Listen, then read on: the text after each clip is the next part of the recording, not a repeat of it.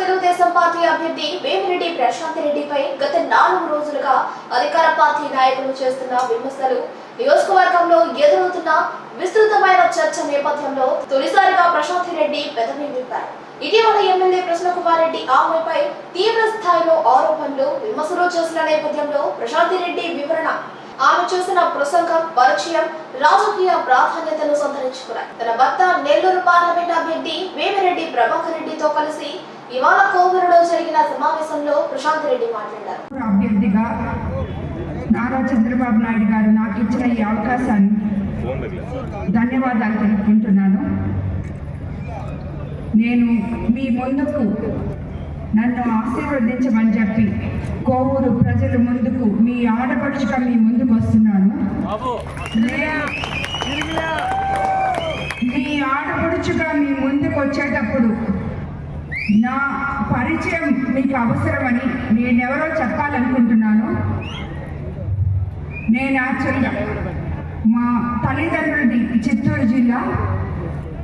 నా చదువు అంతా తిరుపతిలో జరిగింది. అక్కడి నుంచి నేను నెల్లూరు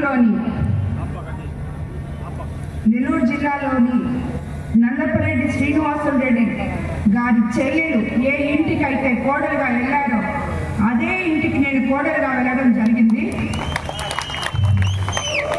అంటే నేను సోమిరెడ్డి చంద్రమోహన్ రెడ్డి తమ్ముడు హర్షవర్ధన్ రెడ్డిని వివాహం ఆడడం జరిగింది. అనివార్య కారణాల వల్ల ఆయన మరణించడం జరిగింది. దైవ సంకల్పం తర్వాత నేను ఎంతో మంది నిలువ నీడనిచ్చే వేమిరెడ్డి ప్రభాకర్ రెడ్డి గారిని నా కుటుంబ సభ్యుల అనుమతితో, నా అత్తగారింటి అనుమతితో, నా బిడ్డల అనుమతితో 2వ వివాహం చేసుకోవడం జరిగింది.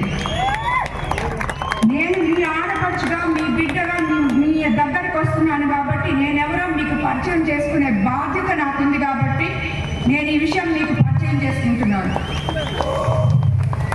నేను కోవూరు అభ్యర్థిగా మీ ముందుకు వచ్చి నన్ను ఆశీర్వదించమని అడుగుతున్నాను. అలాగే కోవూరుకి కొత్త నాయకత్వం అవసరం. దానికి మీ ఓటు చాలా అవసరం. మీ నమ్మకంతో నాకు ఓటేయండి. అలాగే వేమిరెడ్డి ప్రభాకర్ రెడ్డి గారికి ఎంపీగా గెలిపించండి.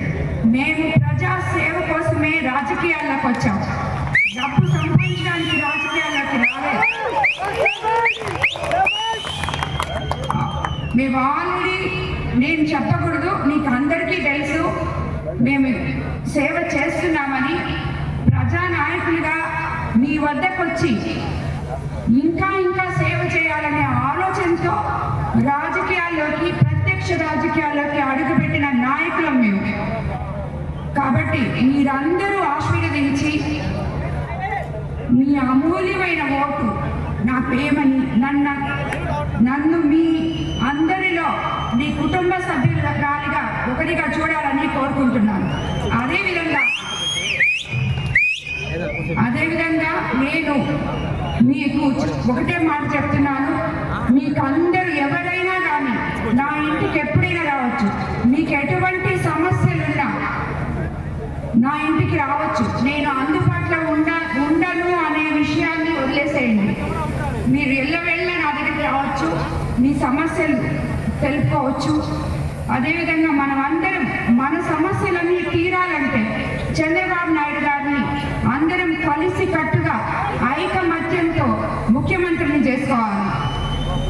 కాబట్టి నేను మరొకసారి చెప్తున్నాను, ఎప్పుడూ చెప్పేలాగే నాకు మీ అందరి ఆశీర్వచనం కావాలి.